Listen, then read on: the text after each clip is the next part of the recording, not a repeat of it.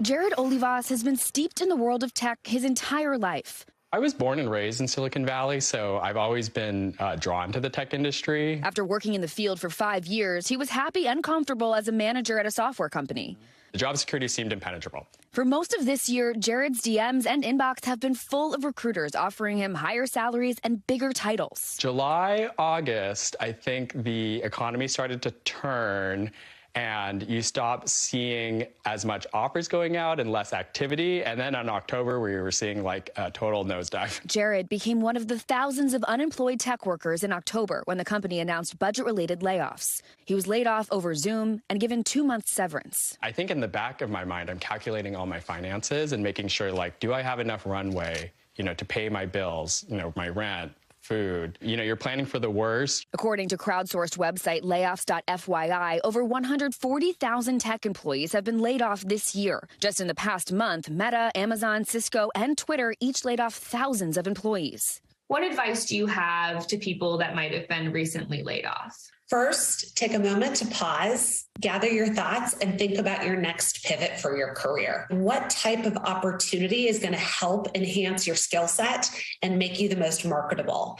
Second, you've got to get your resume in order. And third, you really do need to think about your online network and your in-person network. Megan Slabinski is a district president with Robert Half, a human resources consulting firm. Is there a negative connotation when people are looking at someone that might have been laid off from a previous job? I think it's important to be able to own the narrative and explain the circumstances surrounding your separation, whether it was your choice or your employer's choice, or if there was really no choice at all. But owning the narrative around your separation is really important.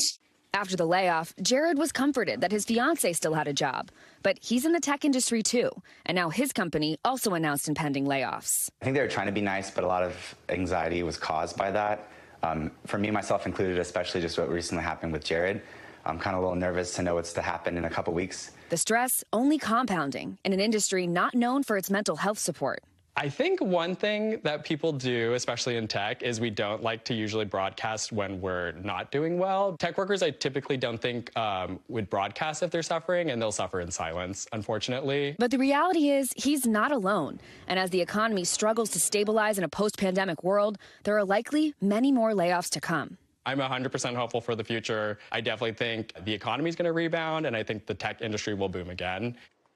Look, Hallie, it might be hard for some people to watch this and feel sympathy for highly paid, young, intelligent professionals in a competitive industry like tech, where there still is a lot of opportunity. But the reality is we're seeing this in more than just the tech industry. There likely will be more layoffs across multiple industries after the holidays.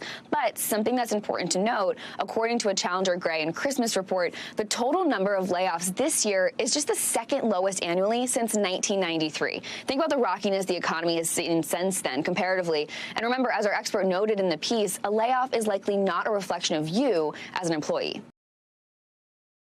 Thanks for watching our YouTube channel. Follow today's top stories and breaking news by downloading the NBC News app.